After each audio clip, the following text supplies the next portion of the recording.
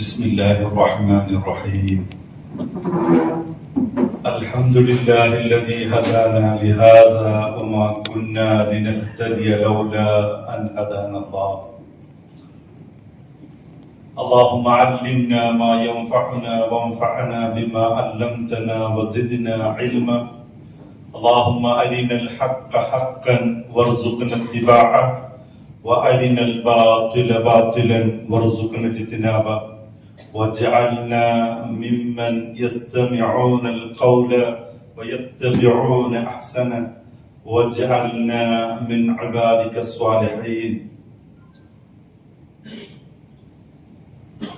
جاء النبيون بالآيات فانصرمت وجئتنا بحكيم غير منصرم آياته كلما طال المدى جدد يزينهن جلال الإتق والقدم.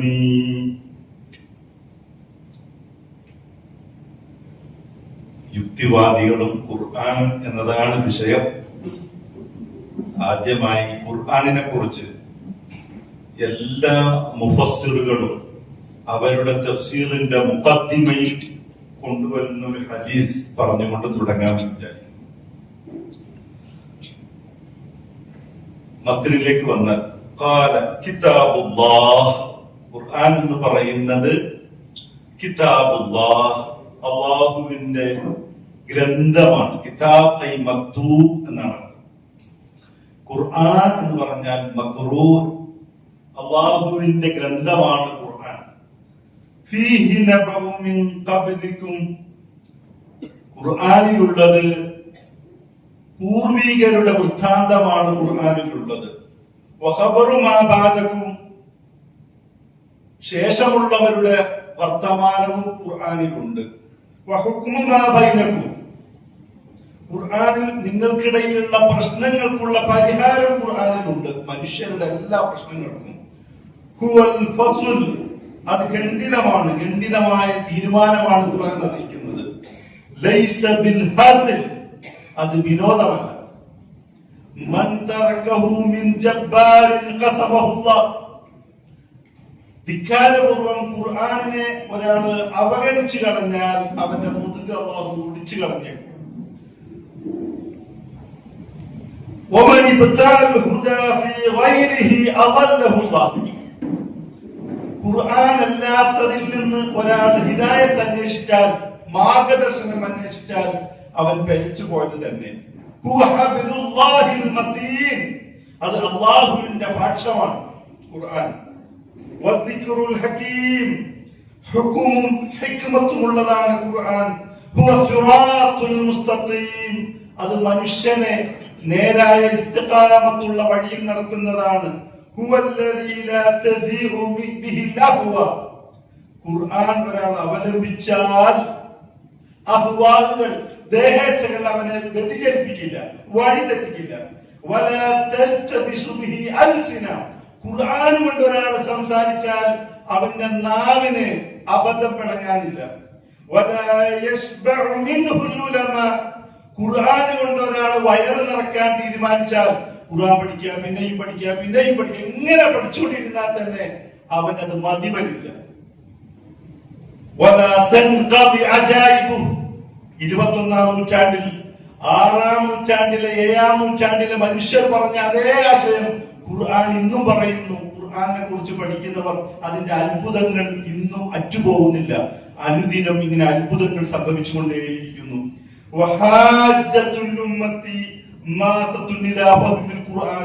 ഈ ഖുർആൻ മനസ്സിലാക്കുക എന്നുള്ളത് ഒരു മുഅ്മിനിനെ സംബന്ധിച്ചിടത്തോളം അനിവാര്യമാണ്.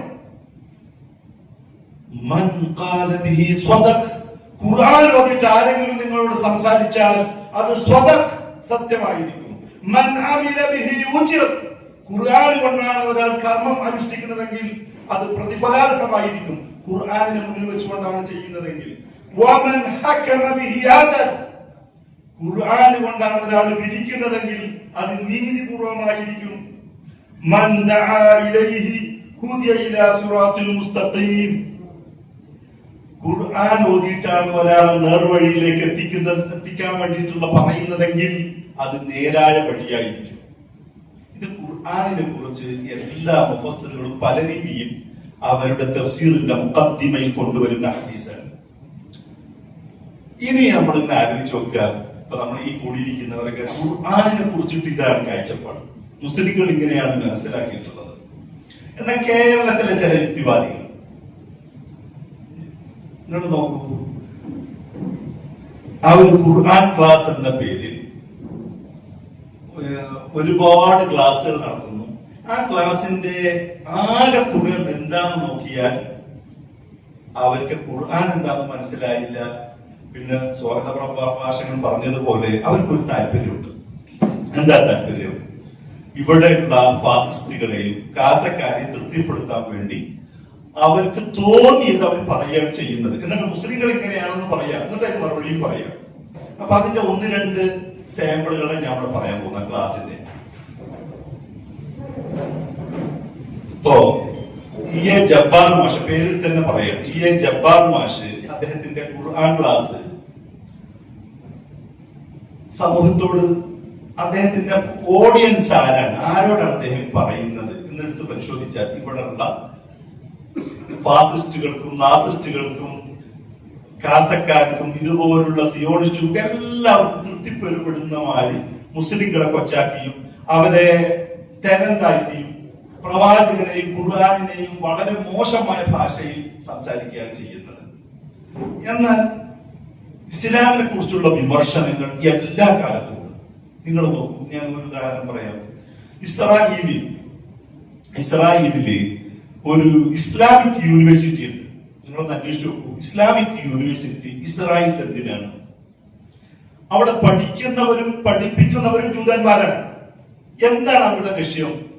തൊട്ടടുത്ത അറബ് രാജ്യങ്ങളാണ്. അറബികൾക്കിടയിൽ ഇസ്ലാമിനെ കുറിച്ച് തെറ്റിദ്ധാരണ ഉണ്ടാക്കണം, ഖുർആനിനെ കുറിച്ച് മോശം അഭിപ്രായം ഉണ്ടാവണം, അവരുടെ വിശ്വാസത്തിൽ നിന്ന് വ്യതിയാനം ഉണ്ടാക്കണം എന്ന് കാലകൂട്ടി തീരുമാനിച്ചിട്ട് ഖുർആൻ ഇപ്പോഴത്തെ കേരളത്തിലുള്ള യുവാക്കൾ പറയും പോലെ അങ്ങ് ചെന്ന് പറയല്ല. അറബി ഭാഷ പഠിച്ച്, ഖുർആൻ പഠിച്ച്, അറബി ഭാഷയുടെ ശൈലി പഠിച്ച് വളരെ ഗവേഷണാത്മകമായി പണിപ്പെട്ടിട്ടാണ് അവർ ആ പണിയെടുക്കുന്നത്.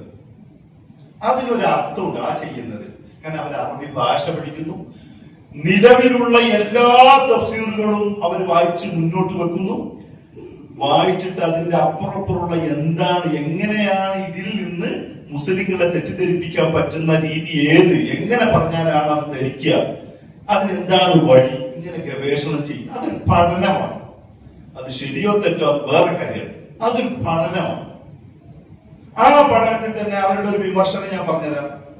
അപ്പൊ അവരുടെ ഒരു വിമർശനം, ഞാൻ ആ യൂണിവേഴ്സിറ്റി അവരുടെ ബ്ലോഗ് എടുത്താണ്. എന്താണ് അവർ പറയുന്നത് അറിയോ? പല തഫ്സീറുകളും ഇങ്ങനെ മുന്നിൽ വെച്ചു. പല സ്വഹാബാക്കളും ഖുർആനിനെ കുറിച്ചിട്ട് പല അഭിപ്രായങ്ങളും പറയുന്നു. ഒരേ ഒരു ഖുർആൻ, എന്റെ ഒരു ഖുർആനിന് പലതരം വ്യാഖ്യാനങ്ങൾ വന്നത് എന്തുകൊണ്ടാണ്? ഒരേ ഒരു ഖുർആൻ, അതിന് ഓരോ സ്വഹാബികളും ഓരോരോ അഭിപ്രായം പറയുന്നു. അത് റിവായത്ത് ചെയ്ത് പിന്നെ ഖുർആൻ തഫ്സീറുകളാക്കിയപ്പോ പല തഫ്സീറുകൾ വന്നു. അതെങ്ങനെ അങ്ങനെ വന്ന്? ഇതൊക്കെ അള്ളാഹുവിന്റെ ആശയങ്ങളല്ലേ? ഇതെങ്ങനെ വൈവിധ്യത്തിൽ വന്നു, വൈവിധ്യം വന്നു? ഇതാണ് അവരുടെ ചോദ്യം. എന്നിട്ട് അവർ കുറെ ഉദാഹരണങ്ങൾ പറയുന്നുണ്ട്. ഒരു ഉദാഹരണം നമുക്കൊക്കെ അറിയുന്നത്, അലം തറ കൈഫ ഫഅല റബ്ബുക ബി അസ്ഹാബിൽ ഫീൽ അലം യജ്അൽ കൈദഹും ഫീ തദ്ലീൽ വഅർസല അലൈഹിം ത്വയ്റൻ അബാബീൽ തർമീഹിം ബിഹിജാറത്തിൻ മിൻ സിജ്ജീൽ ഫജഅലഹും കഅസ്ഫിൻ മഅ്കൂൽ. നമ്മൾ എപ്പോഴും ഓതുന്നതാണ്. അവിടെ ഒറ്റ ഉദാഹരണത്തിന്, ഇപ്പോ ഈ യുക്തിവാദികളുടെ എല്ലാ ക്ലാസ്സും നമുക്ക് ഇവിടെ വെച്ചിട്ട് ഇപ്പോ വിമർശന വിധേയമാക്കാൻ കഴിയില്ല. എന്താ കാരണം? അത് ഒരുപാടുണ്ട്. ചോറ് വെന്തോ ഇല്ലെന്ന് നോക്കാൻ ഒരു വറ്റെടുത്ത് പരിശോധിച്ചാൽ മതി, പോരെ? എല്ലാ വറ്റും കൂടി എടുത്ത് പരിശോധിക്കേണ്ട കാര്യമൊന്നുമില്ല. ഒരു വറ്റ് തടക്കാനെടുത്തിട്ട് ഒരു വറ്റുമ്പോ നെക്കി നോക്കിയാൽ അറിയാം ഇത് ബന്ധിക്കണോ ഇല്ലെന്ന്. ഒരൊറ്റ ക്ലാസ് എടുത്തിട്ട് വിമർശന വിധേയമാക്കിയാൽ അത് മതി ഈ ക്ലാസിന്റെ ഇത്. അതുകൊണ്ട് ഒന്നോ രണ്ടോ ക്ലാസ്സേ പറയുന്നുള്ളൂ. ഇവര് ഈ അബാബീൽ എന്ന വാക്കിന് 5 തരം തഫ്സീറുകളുണ്ട്. 5 തരം തഫ്സീറുകളിൽ ഒന്നെന്താണെന്നല്ലോ, അൽ മുതഫർരിഖത്തു മിൻ ഹാഹുനാ വഹാഹുനാ. ഈ അബാബീൽ എന്നത് ബഹുവചനമാണ്. എന്നാ ഏകവചനമില്ലാത്തൊരു ബഹുവചനമാണ് അബാബീൽ. അബാബീൽ എന്ന് പറഞ്ഞാൽ എന്താണ്? അൽ മുതഫർരിഖത്തു മിൻ ഹാഹുനാ വഹാഹുനാ. ഈ പക്ഷികൾ എങ്ങനെയാ വരുന്നത്? അൽ മുതഫർരിഖ, ചിതറി വരികയാണ്. ഇവിടുന്നും അവിടുന്ന് നാനാഭാഗത്തുനിന്നും ചിതറി വരുന്നു എന്നാണ് ഒരു മാന. രണ്ടാമത്തെ മാന അൽ മുതാബിഅതു യത്ബഉ ബഅദുഹു ബഅദ. വേറൊരു തഫ്സീറില് വേറൊരു സ്വഹാബി അർത്ഥം പറയുന്നത് അബാബീൽ എന്ന് പറഞ്ഞാൽ തുടരെയാണ് വരുന്നത്. ഒന്നിന്റെ പിറകെ ഒന്നിന്റെ പിറകെ ഇങ്ങനെ കൂട്ടമായി വരുമ്പോൾ പോലും തുടരെ വരുന്നു എന്നാണ് വേറൊരാൾ അർത്ഥം പറഞ്ഞത്. മൂന്നാമതൊരർത്ഥം അൽ കസീറ, അസംഖ്യമാണ് ഈ പക്ഷികൾ. പക്ഷി ത്വയ്ർ എന്നതിന്റെ വിശേഷണമാണ് അബാബിൽ. കസീർ, ധാരാളം. 4 അൽ ജംഉ ബഅദൽ ജംഉ, ഒരു കൂട്ടം വരും, പിന്നെ ഒരു കൂട്ടം വരും, പിന്നെ ഒരു കൂട്ടം, ഇങ്ങനെ ജമാഅത്ത് ഇങ്ങനെയാണ് വരുന്നത്. 4 മുഖ്തലിഫത്ത് അൽവാനു, ഈ പക്ഷികൾ പല നിറത്തിലുള്ളതാണ്. ഇത് പല തഫ്സീറുകളിൽ പല സ്വഹാബികൾ ഉദ്ധരിച്ചിട്ടുണ്ട്. ഇതെടുത്തിട്ട് ഖുർആനിലൊരു ഏതാശയമാണെന്ന് ചോദിച്ചാൽ സത്യം നമുക്കെന്താ പറയുക, ഇതെല്ലാം കൂടി ജമ്മ ചെയ്താൽ ബഹു ആശയമാണ് കിട്ടുക.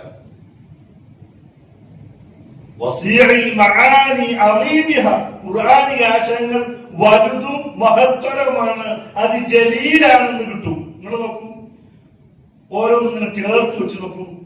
ഒന്ന് അൽ മുതഫർരിഖത്തു മിൻ ഹാഹുനാ വഹാഹുനാ, ഈ പക്ഷികൾ ചിതറി വരുന്നു. എങ്ങനെ? അൽ മുതാബഅ, തുടരെ വരുന്നു. എങ്ങനെ? അൽ ജംഉ ബഅദൽ ജംഉ, ഒരു കൂട്ടാതെ വരും, പിന്നെ നിൽക്കല, പിന്നെ കൂട്ടത്തിന്റെ പിന്നാലെ വേറൊരു കൂട്ടം, അത് തന്നെ ഒരു കൂട്ടം എന്ന് പറഞ്ഞാൽ കസീറ, അസംഖ്യമായി വരുന്നു. അത് തന്നെ മുഖ്തലിഫ് അൽവാനും. ഈ ആശയങ്ങളെല്ലാം ചേർന്ന ഇത് മലയാള പരിഭാഷയിൽ കൊണ്ടുവരാൻ സാധ്യമല്ല. അറബിയിൽ തന്നെ അബാബീൽ എന്നതിന് ഈക്വലന്റ് ആയ ഒരു അറബി പരിഭാഷ കൊണ്ടുവരാൻ കഴിയില്ല. ഖുർആനിന് തഫ്സീർ ചെയ്യുമ്പോൾ അവർ പറയുന്ന ഒരു കാര്യം, ഖുർആനിലുള്ള വാക്കിന് ഈക്വലന്റ് ആയ ഒരു വാക്ക് കൊണ്ടുവരാൻ സാധ്യമല്ല. നമുക്ക് എന്തേ കഴിയുള്ളൂ? അതിന്റെ മഅന തഖരീബുൻ ലിൽ മഅൻ, മഅനകളെ കുറേയുള്ള ആശയങ്ങളെ ചേർത്ത് വെച്ച് പറഞ്ഞു കൊടുക്കാനേ പറ്റുള്ളൂ. അല്ലാതെ തഖരീബുൽ മഅന അല്ലാതെ ഈക്വലന്റ് ആയിട്ട് ഇതാണ് ഇതിന്റെ മീനിങ് എന്ന് പറയാൻ സാധ്യമല്ല. മലയാളത്തിൽ നമുക്ക് ആദ്യം വിധത്തിൽ ചെയ്യാനേ പറ്റുള്ളൂ. അതുകൊണ്ടാണ് ഉമർ ഖത്താബ് റളിയല്ലാഹു അൻഹു വിവിധ ഗവർണർമാർക്ക് എഴുതിയ കത്തിൽ കാണാം, ഫഖ്ഹു അദ്ദീന, നിങ്ങൾ ദീന് മനസ്സിലാക്കുക, വഅഗ്രിബു അൽ ഖുർആന, ഖുർആനിനെ അറബിയിൽ പഠിപ്പിക്കുക. നിങ്ങൾ ആദ്യം അറബി പഠിക്കണം, എന്നിട്ട് അറബിയിൽ ഖുർആനിനെ മനസ്സിലാക്കണം എന്ന് ഉമർ ഖത്താബ് റളിയല്ലാഹു അൻഹു ഗവർണർമാർക്ക് എഴുതാൻ കാരണം. പരിഭാഷകൾ വായിച്ചിട്ട് ഇതാണ് ഖുർആൻ എന്ന് പറയും. ഖുർആൻ വേറെ, പരിഭാഷകൾ പറയും. ഖുർആൻ അല്ല തഫ്സീർ പോലും, തഫ്സീർ വേറെയാണ്. ഇത് ഇവരുടെ പഠനത്തിന്റെ ഒരു കാര്യമാണ്. ഈ കേരളത്തിലുള്ള കാര്യത്തിലേക്ക് വന്നാൽ ജബ്ബാർ മാഷിന്റെ ഒരു ക്ലാസ്സിന് ഞാൻ എടുക്കാം. ജബ്ബാർ മാഷ്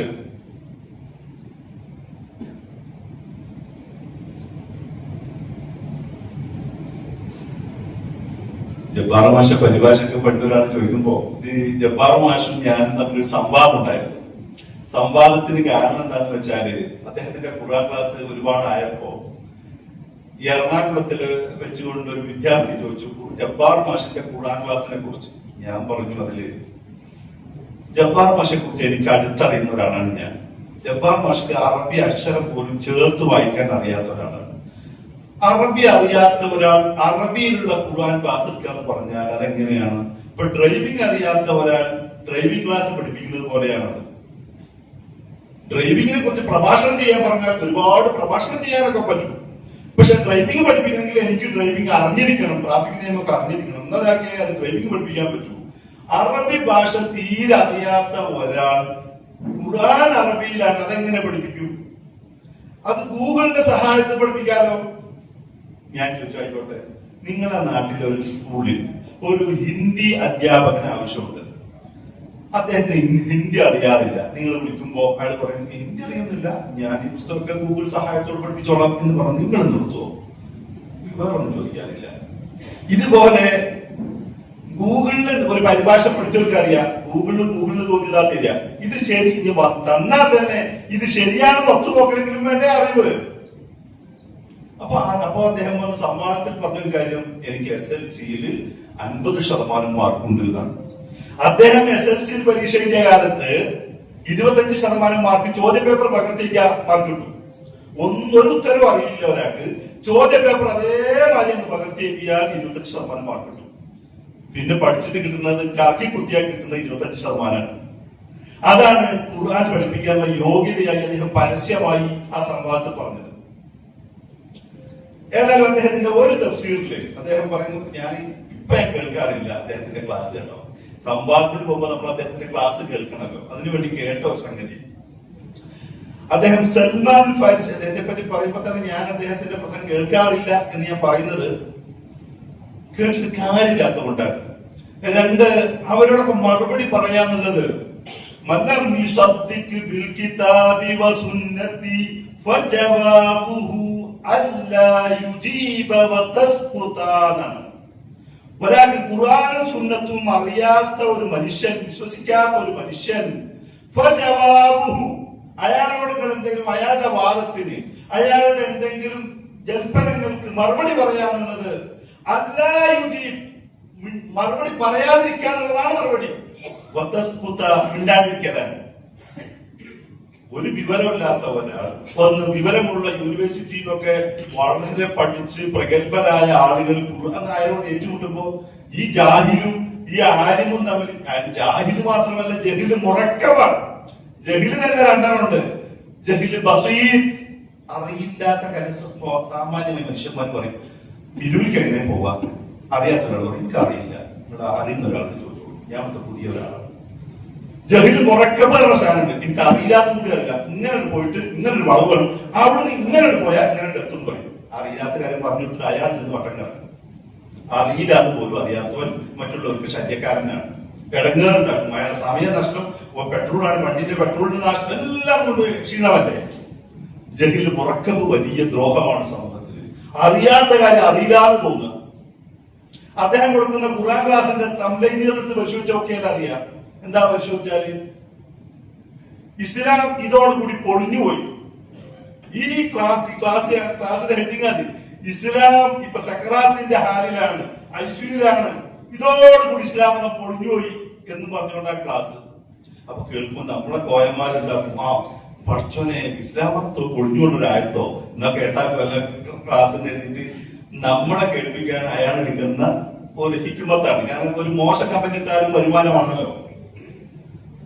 സൂറത്തുൽ ബഖറയിലെ 62-ാമത്തെ വചനമാണ് അദ്ദേഹം ദീൻ ഇസ്ലാം പൊളിഞ്ഞുപോയി സക്കറാത്തിന്റെ ഹാലിലാണെന്ന് പറഞ്ഞിട്ട് എഴുതുന്ന ആയത്ത്. എന്താണ് ആ ആയത്തിലുള്ളത് എന്ന് അദ്ദേഹം പറയുന്നത് നോക്കൂ. സൽമാൻ ഫാരിസി, അദ്ദേഹത്തിന്റെ വാദം ഞാൻ പറയണു. സൽമാൻ ഫാരിസി നബിയോട് ജൂതന്മാരെ കുറിച്ചിട്ട് ഒരുപാട് പുകഴ്ത്തി പറഞ്ഞു. നബിക്കത് ഇഷ്ടപ്പെട്ടില്ല. കാരണം ജൂതന്മാരൊക്കെ മോശക്കാരെന്നാണ് നബിയുടെ ധാരണ. പക്ഷെ അത് സൽമാൻ ഫാരിസിക്ക് അത് ഇഷ്ടമില്ല, അവർ നല്ലവരാണ്, അങ്ങനെയാണ്, അവരെ കുറെ പുകഴ്ത്തി പറയാണ്. ഈ ഞാനീ പറയുന്നത് വെറുതെ പറയല്ല, അത് വാഹിദിയിലുണ്ട് എന്നാ പറയുന്നത്. സബബുൻ നുസൂൽ പറയുന്ന 2 കിതാബുണ്ട് ജബ്ബാർ മാഷൂലി, ഒന്ന് തഫ്സീറുൽ വാഹിദി, ഒന്ന് തഫ്സീറുൽ വാഹിദി. ഈ തഫ്സീറുൽ വാഹിദിയിൽ ഉണ്ട് എന്നാ പറയുന്നത്. ഞാൻ തഫ്സീറുൽ വാഹിദി എടുത്ത് പരിശോധിച്ച് നോക്കി. തഫ്സീറുൽ വാഹിദിയിൽ അങ്ങനെയല്ല. അവിടെ പറയുന്നതാവട്ടെ മുഹമ്മദ് നബി ജനിക്കുന്നതിന്റെ മുമ്പേ, നബി ആഗതനാകുന്നതിന്റെ മുമ്പേ ജൂതന്മാർ മുഹമ്മദ് നബിയിൽ വിശ്വസിക്കുകയും മുഹമ്മദ് നബി ഒരു പ്രവാചകൻ വരുന്നതിനെ പ്രതീക്ഷിക്കുകയും ചെയ്തിരുന്നവരായിരുന്നു ജൂതന്മാർ. ഇതാണ് അവിടെയുള്ള ചർച്ച. അത് മാറ്റിവെച്ചിട്ട് ഇന്നത്തെ ജൂതന്മാരെ കുറിച്ചിട്ടാണ് പറയുന്നത്. മുഹമ്മദ് നബി വന്നതിന് ശേഷമാണെന്നാണ് അവിടെ അദ്ദേഹം പറയുന്നത്. അവിടെ പറയുന്നത് എങ്ങനെയാണ്? കാനൂ യുസല്ലൂൻ. ആ കാര്യം എന്ന് പറഞ്ഞാൽ ആ ജൂതന്മാർ, നബി വരുന്നതിന് മുമ്പുള്ള മൂസാ നബിയെ പിന്തുടർന്നു വരുന്നവർ, അവർ യുസല്ലൂൻ നമസ്കരിക്കുന്നവരാണ്, വയസൂമൂൻ അവർ നോമ്പ് നോക്കുന്നവരാണ്, വയുമിനൂൻ ബിഹി താങ്കളിൽ വിശ്വസിക്കുന്നവരാണ്. മുഹമ്മദ് നബി വന്നിട്ടില്ല, വരാൻ പോകുന്ന നബിയെ അവർ വിശ്വസിച്ചിരുന്നു. വയശ്ഹദൂൻ അവര് സാക്ഷ്യം വഹിച്ചിരുന്നു. അന്നക തുബ്അസു നബിയ്യാ ഈ ഭാഗങ്ങളൊക്കെ അദ്ദേഹം വാഹിദി വായിക്കുന്നില്ല, വാഹിദിൽ ഉണ്ട് ഇങ്ങനെ പറയാണ്. ഞാൻ വാഹിദി പരിശോധിച്ചു, ഞാൻ ചോദിച്ചു, എന്നിട്ട് ഞാൻ ചോദിച്ചു അദ്ദേഹത്തോട്, ഇത് വാഹിദി നിങ്ങളൊന്ന് കാണിച്ചുകൊണ്ടാ. ഇംഗ്ലീഷ് വാഹിദിയുടെ ഇംഗ്ലീഷും ഉണ്ട്, അറബിയുണ്ട്, കാണിച്ചു തരും. എന്നിട്ട് ഈ ആയത്ത് വെച്ചിട്ടാണ് പറയുന്നത് ഇന്നല്ലദീനാമനു വല്ലദീന ഹാദു വന്നസ്വാറ.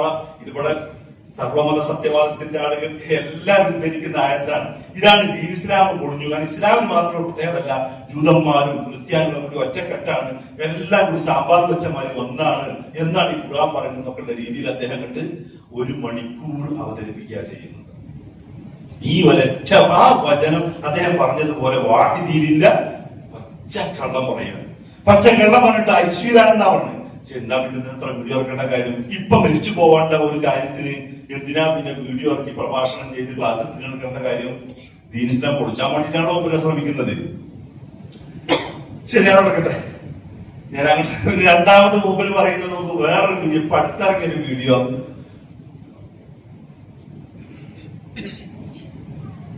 മുസ്ലിങ്ങളിൽ വിവാഹമില്ല, ഉള്ളതെന്താ? വ്യഭിചാരം മാത്രം. ക്ലാസ് ഈ തമ്പ്ലൈനുകളൊക്കെ കണ്ടാണ്ടല്ലോ, സുബ്ഹാനല്ലാഹ്. മുസ്ലിങ്ങളിൽ വിവാഹമേ ഇല്ല, പിന്നെന്താണത്? വ്യഭിചാരം മാത്രം. ഇത് ഒരു പരസ്യമായി യൂട്യൂബിന്റെ തമ്പ്ലൈൻ കൊടുക്കുകയാണ്. ഇത് അമ്മയ്ക്ക് വേണ്ടിയായിരിക്കും ഇങ്ങനെ കൊടുക്കുക. ആലോചിച്ച് നോക്കൂ. മുസ്ലിങ്ങൾ നന്നാവണം. മുസ്ലിങ്ങളുടെ യുക്തിവാദികളുടെ ആദ്യകാല നേതാക്കന്മാരുണ്ട്, നമുക്കറിയാം. സഹോദരൻ അയ്യപ്പൻ, അദ്ദേഹത്തിന്റെ മകളെ പേരിന്റെ ഫാത്തിമ എന്നാണ് അദ്ദേഹത്തിന് ഇട്ടത്. അദ്ദേഹത്തിന്റെ പേര് സഹോദരൻ, അദ്ദേഹം പേര് പിന്നെ സ്വീകരിക്കുകയാണ് അയ്യപ്പൻ എന്നുള്ളത്. അദ്ദേഹം എവിടെയാണോ നന്മ കണ്ട നന്മ സ്വീകരിക്കുന്നു, തിന്മ കണ്ട തിന്മയെ എതിർക്കുന്ന ഒരു മനുഷ്യനാണ്. ആദ്യകാല യുക്തിവാദികൾ അതാണ്. നാട്ടിലെ അന്ധവിശ്വാസങ്ങൾക്കെതിരാണ്. ഇവരൊക്കെ ഒരു സമൂഹത്തിന് അന്ധവിശ്വാസത്തെ എതിർക്കാനാണെങ്കിൽ ഇങ്ങനെയാണോ തമ്പ്ലൈൻ വെക്കുക? എന്താ വെക്കാൻ പ്രേരണ? ആ വീഡിയോ കേട്ടു നോക്കി നോക്കൂ. എന്താ പറയുന്നത്? മുസ്ലിങ്ങൾ വിവാഹം കഴിക്കുമ്പോൾ മഹർ കൊടുക്കുന്നു. മഹർ എന്ന് പറഞ്ഞാൽ വ്യഭിചാരത്തിന് കൊടുക്കുന്ന, വ്യഭിചരിച്ച് കഴിഞ്ഞതിന് ശേഷം കൊടുക്കുന്ന സംഖ്യക്കാണ് മഹർ എന്ന് പറയാ. ഞാൻ അദ്ദേഹത്തിന് സമ്പാദിച്ച് ചോദിച്ചു. ആയിക്കോട്ടെ, ഇന്ന് ലോകത്ത് ഒരുപാട് അറബി ഡിക്ഷണറികളുണ്ട്. മഹർ എന്ന വാക്കിന് വ്യഭിചാരിക്ക് കൊടുക്കുന്ന സംഖ്യയാണ് എന്ന് ഏതെങ്കിലും അറബി ഡിക്ഷണറി, മുസ്ലിങ്ങളല്ലാത്തവർ എഴുതിയിട്ടുണ്ട് അറബി ഡിക്ഷണറി, ഒരു മുഞ്ചിൻ ഒരു ഫാദർ എഴുതിയതാണ്. നിങ്ങൾ അതൊന്നും തിരിച്ചാൽ മതി. ജൂതന്മാരെ അറബി ഡിക്ഷണറി എഴുതിയിട്ടുണ്ട്, അതൊന്നും തിരിച്ചാൽ മതി. മുസ്ലിങ്ങൾ വേണ്ട. മഹർ എന്ന വാക്കിന് വ്യഭിചാരിക്ക് കൊടുക്കുന്ന സംഖ്യയാണെന്നാണ് താങ്കൾ പറയുന്നത്. തെളിവ് വേണം. വെറുതെ സമൂഹത്തിന്റെ മേൽ ആരോപണം ഉണ്ടാക്കിക്കൂടാ. അദ്ദേഹം അത് പറയുന്നില്ല. ഞാൻ പിന്നെ യൂട്യൂബിൽ മറുപടി പറയാനാണ് പറഞ്ഞത്. ഇതുവരെ യൂട്യൂബിൽ അതിനെ പറ്റി പറഞ്ഞിട്ടില്ല. പിന്നെ പറയുന്ന സംഗതി എന്താണ്? ഫത്ഹുൽ മുഈൻ, ഈ മഹർ എന്ന വാക്ക് ഖുർആനിൽ പരാമർശിച്ചിട്ടില്ല. ഞങ്ങൾക്ക് അദ്ദേഹത്തെ മാറ്റിയത്, അദ്ദേഹത്തിന്റെ മുട്ടേക്ക. മഹർ എന്നത് ഖുർആനിൽ ഉപയോഗിച്ചിട്ടില്ല. ആ വാക്ക് സ്വദഖ്, സ്വദാഖ, സുദഖ്, ഇതിൽ നിന്നുള്ള വാക്ക്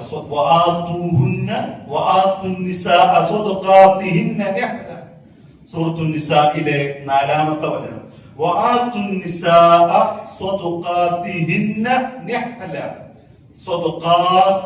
എന്ന് പറഞ്ഞ സ്വദഖിന്റെ ഒക്കെ ബഹുവചനമാണ്. സ്വദഖ അല്ലെങ്കിൽ സ്വിദാഖ് എന്നൊക്കെ പറഞ്ഞാൽ നമ്മൾ സാധാരണ സത്യം പറയുന്നതിനാണ് അത് ഉപയോഗിക്കാറില്ല. ഭാഷാർത്ഥതാണ്. വിവാഹ ജീവിതത്തിൽ ഇണയോട്, വധുവിനോട് ഞാൻ സത്യമേ പുലർത്തൂ, ഞാൻ ഈ കാണിക്കുന്ന ഉടമ്പടി നീതിപൂർവവും ആത്മാർത്ഥവുമാണെന്ന് സത്യപ്പെടുത്തുക എന്നുള്ളതാണ് അതുകൊണ്ട് ഉദ്ദേശിക്കുന്നത് എന്നാണ് മുസ്ലിങ്ങളല്ലാത്ത അറബി ഡിക്ഷണറികൾ എഴുതി വെച്ചിട്ടുള്ളത്. മഹർ എന്ന വാക്ക് ഖുർആനിലില്ല, പകരം സ്വദഖാത്ത് എന്നാണ്. അത് സ്വിദഖ്, സത്യം എന്ന വാക്കിൽ നിന്നുണ്ടായതാണ്. ആ പേര് വെക്കാൻ കാരണം വിവാഹത്തോട് കാണിക്കേണ്ട മര്യാദകളോട്, അതിന്റെ ഉടമ്പടികളോട് ആത്മാർത്ഥമായി ചെയ്യുമെന്ന് ഞാൻ പറഞ്ഞതിനോട് സത്യസന്ധമായാണ് പറയുന്നത്. അത് ഞാൻ പുലർത്തും എന്ന ഒരു ഉൾവിളിയാണ്, ഒരു തേട്ടമാണ് ഈ പേര് വെക്കാൻ കാരണമെന്നാണ് എല്ലാ വിശുദ്ധതയിലുള്ളത്. അത് മറച്ചു പിടിച്ച് ഈ മഹർ എന്ന വാക്ക് ഉപയോഗിക്കാം. മഹർ ഖുർആൻ ഉപയോഗിച്ചിട്ടില്ലെങ്കിലും ആ വാക്കിൽ ഒരു തെറ്റായ ധ്വനിയില്ല. ഫത്ഹുൽ മുഈനിലുള്ളത് ശരിയാണ്. ഫത്ഹുൽ മുഈൻ എന്താണ് നമ്മളെന്ന് പറയാം. പിന്നെ മാത്രമല്ല ഫത്ഹുൽ മുഈൻ ഉണ്ട്, അങ്ങനെ തന്നെ വിശ്വസിച്ചോളൂ. ലോകത്ത് എത്രങ്ങാനും മുസ്ലിം പ്രസ്ഥാനങ്ങളുണ്ട്, ചിന്താ പ്രസ്ഥാനങ്ങളുണ്ട്. ഇപ്പൊ നമ്മുടെ നാട്ടിൽ തന്നെ മുജാഹിദ്, ജമാഅത്തെ ഇസ്ലാമി, തബ്ലീഗ് ജമാഅത്തെ ഇസ്ലാമി, ഒരുപാട് കക്ഷികളുണ്ട്. ഇവരൊക്കെ ഈ ഫത്ഹുൽ മുഈൻ, സൈനുദ്ദീൻ മഖ്ദൂം എഴുതിയ ഫത്ഹുൽ മുഈൻ കണ്ടിട്ട് പോലും ഉണ്ടാവില്ല. ആ ആശയത്തോട് യോജിപ്പ് പോലും ഉണ്ടാവില്ല. ഈ മഹറിന്റെ വിഷയത്തിൽ ഒരു വിയോജിപ്പൊന്നുമില്ല കേട്ടോ. പക്ഷെ എല്ലാ മുസ്ലിങ്ങളെയും ഖുർആൻ ക്ലാസ് എന്ന പേരിൽ ഒരു തഫ്സീറിലും കാണാത്തപ്പോൾ, ഒരു ഡിക്ഷണറിയിലും കാണാത്തപ്പോൾ, ആരോ ഒരാൾ മലയാള പരിഭാഷ എഴുതിയ പരിഭാഷയും കൊണ്ടുവന്ന്, അല്ലെങ്കിൽ ഏതെങ്കിലും വാട്സപ്പിലെ ചർച്ചയും കൊണ്ടുവന്ന് ഖുർആൻ ക്ലാസ് എന്ന് പറഞ്ഞുകൊണ്ട് എല്ലാ മുസ്ലിങ്ങളും വ്യഭിചാരമാണ് ചെയ്യുന്നത്, മുസ്ലിങ്ങളിൽ വിവാഹമേ ഇല്ല എന്ന് പറഞ്ഞാൽ അത് വലിയ ഗൗരവമുള്ള കാര്യമാണ്. എന്നിട്ട് മറ്റൊരുത്തിന്റെ താഴെ വരുന്ന കമന്റ് നോക്കിയാൽ വളരെ മോശമാക്കിയിട്ട് മുസ്ലിങ്ങൾ ചിത്രീകരിക്കുന്ന കമന്റുകൾ. മഹർ എന്നതിന് ഫിഖ്ഹിൽ എഴുതുമ്പോൾ ആ വാക്ക് ഏതെല്ലാം അർത്ഥത്തിൽ എങ്ങനെയെല്ലാം ഉപയോഗിക്കും അതെല്ലാം അവർ കൊണ്ടുവരും. അതിന്റെ ലോവിയായ മാന, ഒരു ഭാഷയിൽ അതിന് എന്തെല്ലാം അർത്ഥമുണ്ട് അത് കൊണ്ടുവരും. ഇസ്തിലാഹ്, സാങ്കേതികപരമായി എന്തെല്ലാം അർത്ഥമുണ്ടോ അത് കൊണ്ടുവരും. നിയമപരമായ ഒരു വാക്കിന് പല അർത്ഥം ഉണ്ടാവും. അപ്പൊ കോടതിയിലുള്ള വ്യവഹാരങ്ങളുടെ ഭാഷയായിരിക്കില്ല നമ്മുടെ നിത്യജീവിതത്തിൽ ഉപയോഗത്തിലുള്ള മാന, ആ അർത്ഥം കൊണ്ടുവരും. സിയാക്ക്, സന്ദർഭപരമായി വരുന്ന അർത്ഥവ്യത്യാസങ്ങൾ അവർ കൊണ്ടുവരും. ഇങ്ങനെ എല്ലാം കൊണ്ടുവരും, സ്വാഭാവികമാണ്. തമാശക്ക് മഹർ എന്ന് പറഞ്ഞ സ്ത്രീധനം എന്നാണ്. മഹറിന്റെ അർത്ഥം സ്ത്രീക്ക് കൊടുക്കുന്ന ധനം എന്നാണ്, സ്ത്രീധനം എന്നാണ് മഹർ. ഇസ്ലാമിൽ നമ്മുടെ നാട്ടിലുള്ള സ്ത്രീധനം തിരിച്ചാണ് കേട്ടോ. പെൺവീട്ടുകാർ പുരുഷൻ ഇങ്ങോട്ട് കൊടുക്കുന്ന പുരുഷധനത്തിനാണ് സ്ത്രീധനം നമ്മൾ പറയല്. അത് തന്നെ സ്ത്രീകളെ കഷ്ടപ്പെടുത്താനുള്ളതാണ്. തൊള്ളി തോന്നിയതാണ് ചോദിച്ചുകൊണ്ടിരിക്കുന്നത്. 100 പവനും 200 പവനും പറമ്പും പലതുമാണ്. ഇവിടെയാണ് ഇസ്ലാം പറയുന്നത് സ്ത്രീകൾക്ക് അങ്ങോട്ടാണ് കൊടുക്കേണ്ടത്. ഈ പുരുഷധനം കൊണ്ട് നമ്മൾ ഇന്ന് നാട്ടിൽ പറഞ്ഞ സ്ത്രീധനം നമ്മുടെ സർക്കാർ നിരോധിച്ചതാണ്. സമൂഹത്തിൽ നിരോധിച്ചിട്ട് പോലും സമൂഹത്തിൽ വ്യാപകമാണത്. അതിനെക്കുറിച്ച് യുക്തിവാദികൾ മിണ്ടുന്നില്ല. സാമൂഹ്യ നന്മയാണ് ഉദ്ദേശിക്കുന്നതിൽ ഈ സ്ത്രീധനമല്ലേ പറയേണ്ടത്? അത് പറയുന്നില്ല. പുരുഷൻ അധ്വാനിച്ച് അവന്റെ പണം കൊണ്ട് സ്ത്രീയെ വിവാഹം കഴിക്കണം. ആ കൊടുക്കുന്നതിനാണ് മഹർ എന്ന് പറയാ. ആ മഹർ നിശ്ചയിക്കേണ്ടത് സ്ത്രീയാണ്. എനിക്കെന്ത് വേണം എന്ന് തീരുമാനിക്കുന്നത് സ്ത്രീയാണ്. സ്ത്രീയുടെ വാപ്പാക്ക് പോലും അധികാരമില്ല. സ്ത്രീകൾക്ക് കൊടുക്കണം എന്നാണ്. അത് വാങ്ങാൻ സ്ത്രീകൾക്കാണ് അവകാശമുള്ളത്. കുട്ടിയുടെ വാപ്പാക്ക് പോലും അത് സംഖ്യ തീരുമാനിക്കാൻ അവകാശമില്ല. കുട്ടീന്റെ സമ്മതത്തോടുകൂടിയേ പറ്റുള്ളൂ. എന്തായാലും ആവട്ടെ, ഈ കാര്യം ഇതില് രണ്ടാമത്തെ ഒരു കാര്യം ആലോചിച്ച് നോക്കും. യുക്തിവാദികൾക്ക് എന്താ വിവാഹം? ഇത് പറയുന്ന ആളുകൾ ആരാണ്? യുക്തിവാദികളാണ്. യുക്തിവാദികൾക്ക് വിവാഹമുണ്ടോ? ഈ ജബ്ബാർ മാഷ് തന്റെ ഭാര്യ മഹ്ർ കൊടുത്ത് കല്യാണം കഴിച്ച ആളാണ്. എനിക്കത് അറിയുന്ന കേസാണ്. വ്യഭിചാര കൂലിയാണ് മഹ്ർ എങ്കിൽ ഈ വ്യഭിചാര കൂലി കൊടുത്തിട്ടാണ് അങ്ങേര് വിവാഹം കഴിച്ചിട്ടുള്ളത്. ഇനി അങ്ങേരെ കിട്ടുള്ളൂ. തന്റെ പിതാവ് തന്റെ ഉമ്മാക്ക് കൊടുത്തത് ഇതേ മഹറല്ലേ? വ്യഭിചാര കൂലിയാണെങ്കിൽ താൻ ജനിച്ചത് വ്യഭിചാരത്തിലായി പോകൂലേ? സംശയമാണ്. ഞാൻ അങ്ങനെ അദ്ദേഹം വ്യഭിചാരത്തിന്റെ മാനാന്ന് ഞാൻ പറയുന്നില്ല.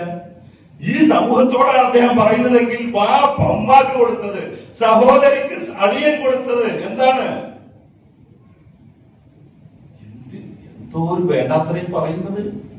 മഹ്ർ എന്നതിന് ഈ ഒരു അർത്ഥമുണ്ട്. എന്തർത്ഥം? ഫത്ഹുൽ മുഈനിൽ ഇങ്ങനെ പറയുന്നുണ്ട്. ഈ ഭാഷയിൽ തമാശക്ക് എന്നല്ല, മജാസിയായിട്ട് ആലങ്കാരികമായിട്ട് ഒരാള് വ്യഭിചരിച്ചിട്ട് സ്ത്രീക്ക് അനക്ക് മഹർ, സ്ത്രീക്ക് കിട്ടേണ്ട ധനം അനക്ക് കിട്ടേണ്ട ധനം കിട്ടിയോ എന്ന് ചോദിക്കാറുണ്ട്.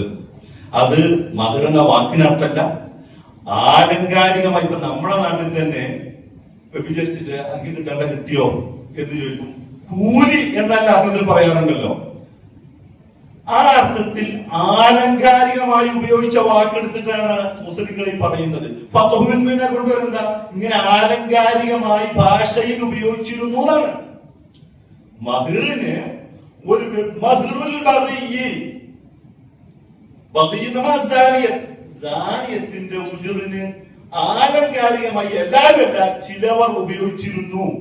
മഹറുൽ ബുദ്അ സ്ത്രീയുടെ ലൈംഗിക അവയവത്തിന് ചേർക്കര അങ്ങനെ ഉപയോഗിച്ചിരുന്നു. എന്നാൽ പിന്നീട് വന്ന ഡിക്ഷണറികളിലാവട്ടെ ഭാഷാ പ്രയോഗങ്ങളിലാവട്ടെ അത് കാണുന്നില്ലതാനും.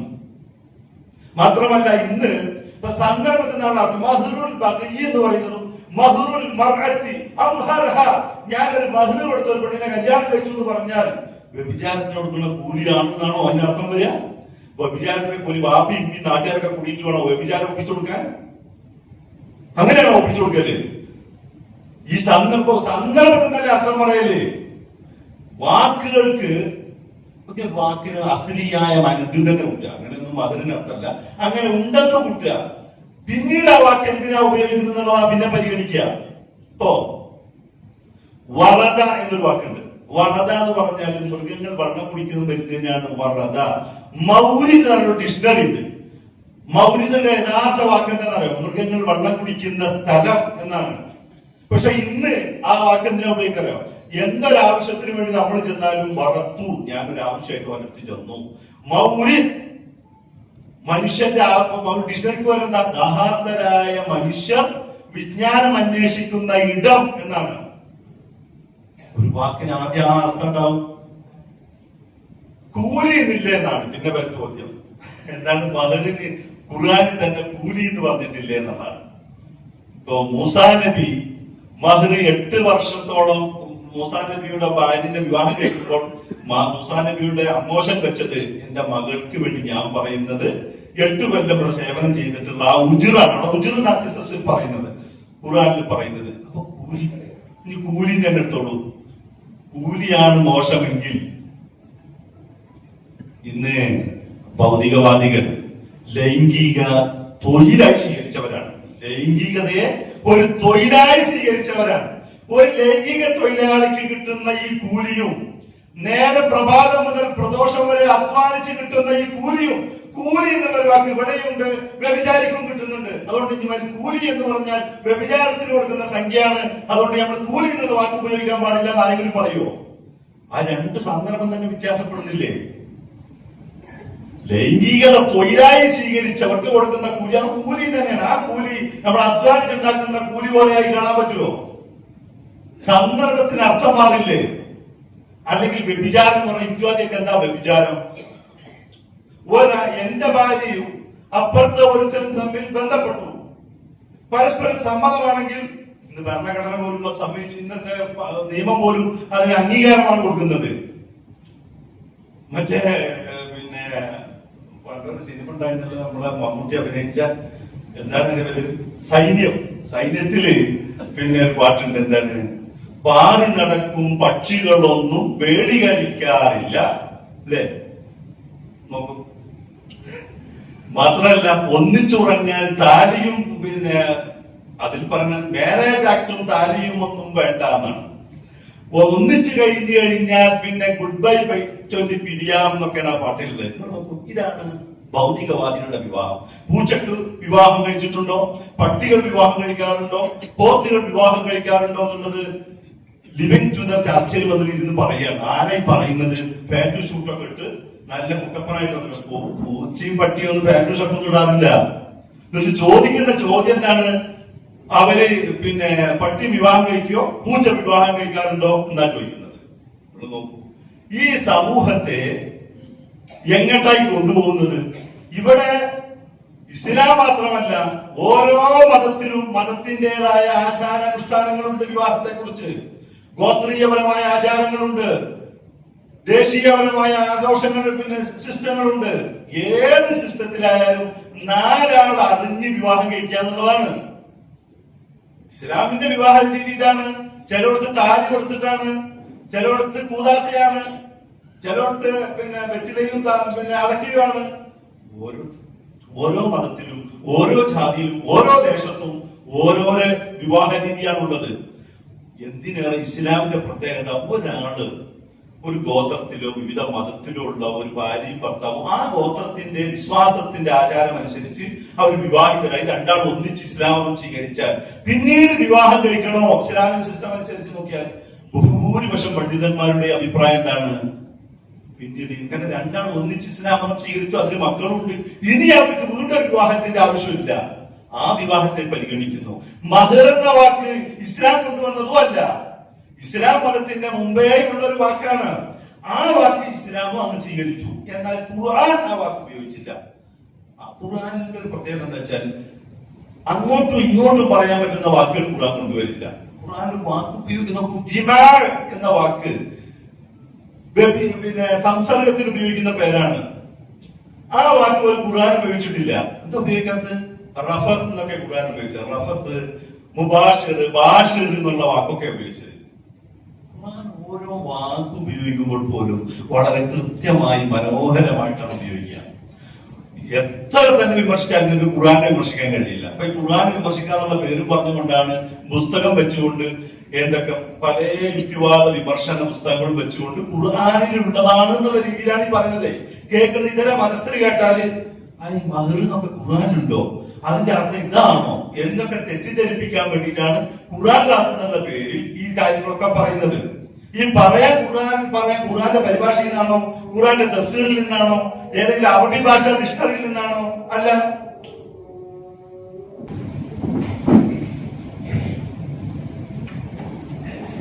കൂടുതലൊന്നും പറയുന്നില്ല. നമുക്ക് ഇനി ചർച്ചയിൽ ഇടപെടാമെന്നാണ് ഞാൻ വിചാരിക്കുന്നത്. ഞാനിങ്ങനെ ഏകപക്ഷീയമായി സംസാരിക്കുന്നില്ല. മാത്രമല്ല ഇപ്പം നമ്മുടെയൊക്കെ കഴികളിൽ മൊബൈലുകളും ഇതൊക്കെ സംവിധാനങ്ങൾ നമ്മളൊക്കെ ഈ യുവാദികളുടെ കേൾക്കുന്നുണ്ട്. അപ്പോൾ അത് കേട്ടിട്ട് നമുക്ക് തോന്നിയ കാര്യങ്ങൾ അങ്ങോട്ടും ഇങ്ങോട്ടും ചർച്ച ചെയ്യാം.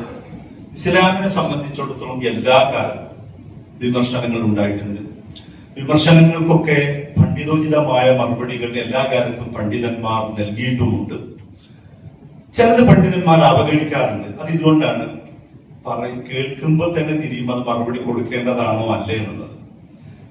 ഇപ്പൊ ജബ്ബാർ മാഷിന്റേതും ഇവിടെയുള്ള ആരിഫ് ഹുസൈന്റേതും ജാമിദയുടെ ഒന്നും മറുപടി അർഹിക്കുന്നില്ല. കാരണം അവർ പറയുന്നത് പച്ച കള്ളമാണ്.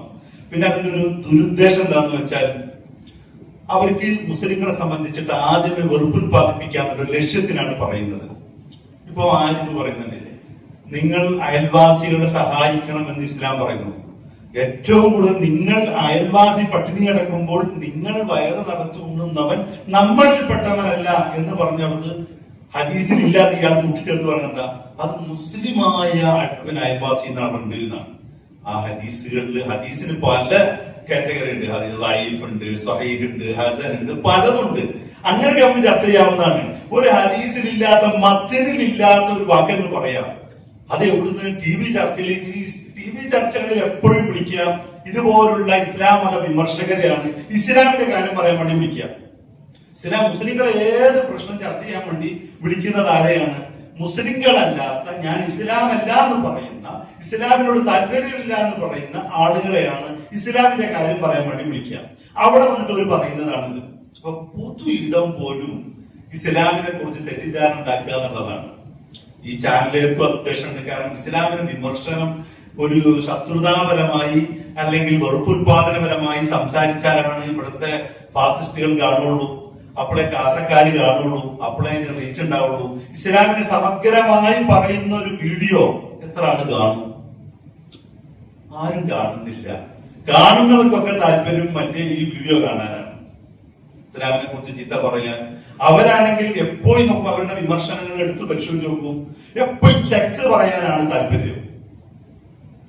തുണിന്റെ ഉള്ളിലുള്ള കാര്യങ്ങൾ പറഞ്ഞാലാണ് ആളുകൾക്ക് ചിരിപ്പിക്കാൻ പറ്റുള്ളൂ. ആളുകൾ അങ്ങനെ പറഞ്ഞാലേ ആളുകളിലേക്ക് എത്തിക്കാൻ പറ്റുള്ളൂ അവരുടെ ഈ ആശയത്തെ. അങ്ങനെ ഇസ്ലാമിനെ കുറിച്ച് മറ്റുള്ളവരുടെ തെറ്റിദ്ധാരണ ഉണ്ടാക്കണം, വെറുപ്പുൽപാദിപ്പിക്കണം. അതിനാണ് അവർ മെനക്കെടുത്തതൊക്കെ. അവർ പറഞ്ഞ കാര്യങ്ങളൊക്കെ എടുത്ത് നോക്കൂ. ഒരൊറ്റ ചർച്ച എടുത്ത് നോക്കിയാൽ ഒരു 10-20 കള്ളം ഉണ്ടാവും. ഒരിക്കലും എന്നാലോ ഞാൻ കള്ളം പറഞ്ഞില്ലല്ലോ, ഞാൻ ആ പുസ്തകത്തിൽ ഏതെങ്കിലും ഒരു വാക്ക് ഫത്വഹിൽ മുയിൻ തന്നെയാണ് മഹർ എന്നുള്ള എടുത്തത്. മഹർ എന്നൊരൊറ്റ വാക്കാണ്. അതിന്റെ താഴെ വായിച്ചാൽ അല്ലെങ്കിൽ തന്നെ ആ ഖുർആൻ പരിഭാഷയിൽ അദ്ദേഹം പോകുന്ന സൂറത്തുൽ നിസായിലെ 4-ാം വചനത്തിന്റെ മലയാള പരിഭാഷകൾ ഇന്ന് ലോകത്തുണ്ട്. ഇപ്പൊ കേരളത്തിൽ തന്നെ 30ഓളം പരിഭാഷ ഉണ്ട്. അത് ഏതെങ്കിലും ഒന്ന് വായിച്ച് പറയുകയാണെങ്കിൽ രസമുണ്ട്.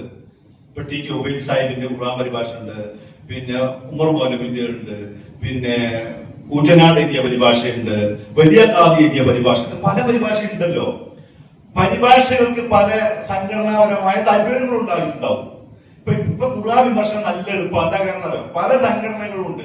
പല സംഘടനകളെ പരിഭാഷ മുന്നിൽ വെച്ചുകൊണ്ട് ഒരു സംഘടന മറ്റേ സംഘടനയ്ക്ക് വിമർശിച്ചിട്ടുണ്ടാവും. അത് വെച്ചാൽ തന്നെ ഒരു വിമർശനമാണ്.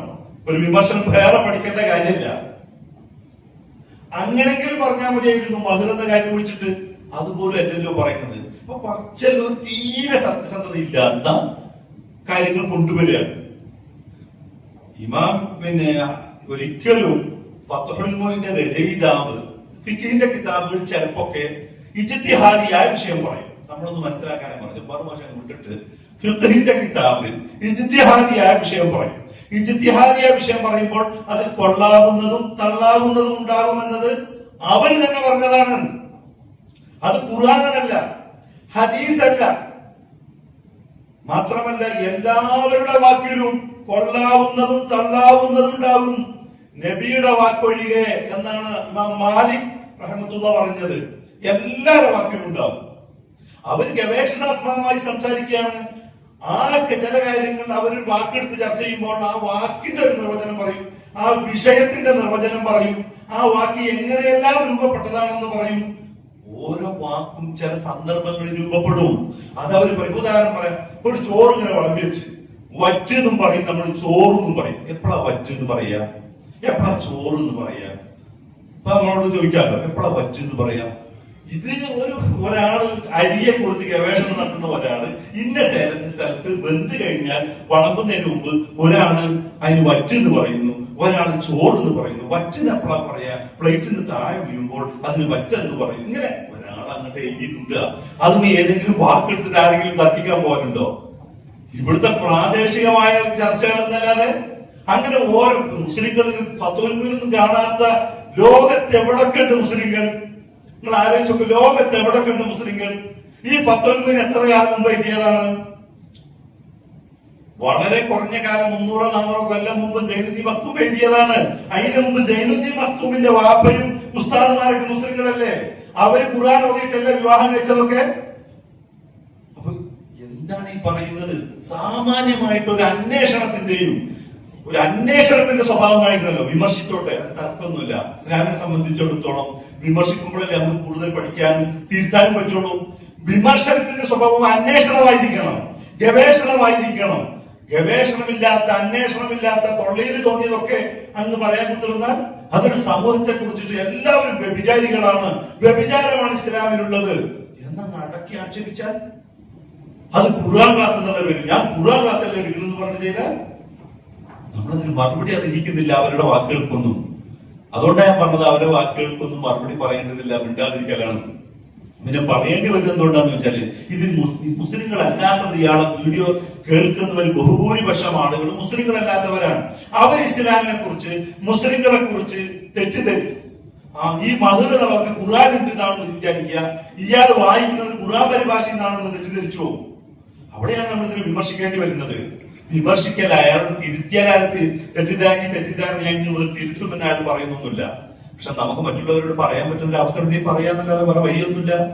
ഇങ്ങനെ ഞാൻ ചെറിയ കാര്യം പറഞ്ഞത്, അദ്ദേഹത്തിന്റെ അധിക വീഡിയോ എടുത്തുള്ള പരിശോധിച്ച് നോക്കും, ഇതുപോലുള്ള തമ്പേലുകളായിരിക്കും. ഉള്ളിലേക്ക് ചെന്നാലോ വിഷയങ്ങളുമായിട്ട് ഈ ആയത്തുമായിട്ട് യാതൊരു ബന്ധം ഉണ്ടാവില്ല. ഖുർആൻ വായിക്കാൻ അറിയാത്ത ഒരാൾ മിനിമം ഖുർആൻ വായിക്കാൻ അറിയണം. ആ വായിച്ചിട്ട് ഓരോ വാക്കി മധുരയൊക്കെ എവിടുന്നാണ് മധുര്, മഹറ, എംഹൂറു, മാഹിർ, മംഹൂർ, ഇങ്ങനെ അത് ഗവേഷണം ചെയ്ത് മാഹിർ എന്നുള്ള വാക്ക് ഒരു വിഷയത്തിലെ പ്രാഗൽഭ്യം തെളിയിക്കുന്നതിന് പറയുന്ന വാക്കാണ്.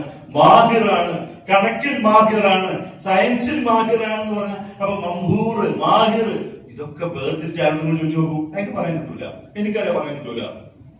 അങ്ങനത്തെ ഒരാളാണ് ഈ വാക്ക് കൊടുത്തിട്ട് മുസ്ലിങ്ങൾ വ്യഭിചാരികളാണ്, വ്യഭിചാരാണ് ഇസ്ലാമിൻ്റെതെന്ന് പറഞ്ഞാൽ